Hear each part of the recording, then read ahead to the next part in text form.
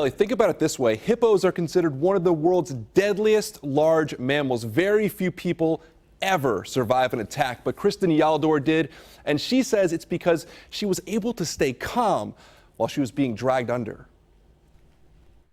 Odessa's Kristen Yaldor can barely move even with crutches. But as bad as it is, it's still a lucky outcome considering the circumstances. It was terrifying, the initial aspect of it. December 1st, it was her birthday. She and her husband were visiting Africa. They were part of a canoeing tour on the Zambezi River in Zimbabwe.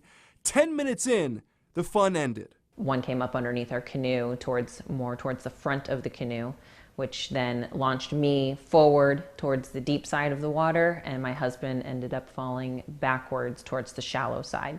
They were under attack by an angry hippo. They kill hundreds of people every year in Africa.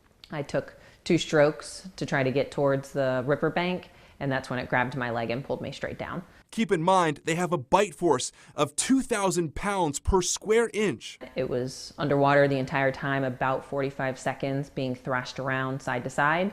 And during that time, I tried to stay as calm as possible to have air consumption, knowing that I could potentially be out of air and drowned before I would even come back up. But in the fight, I also tried to grab its mouth and pry it off of my leg. I don't know if that is what spooked it or caused it to let me go, but I was able to come back up to the surface. Despite being severely hurt, she made it back to shore.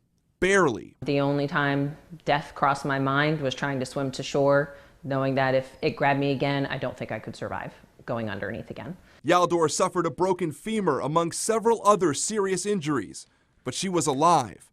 She blames the tour guides for not being more upfront about the risks involved. We were under the assumption that the hippos stay in their groups, so if we followed the tour guide and did as we were told, we would be safe since they apparently do this tour quite often.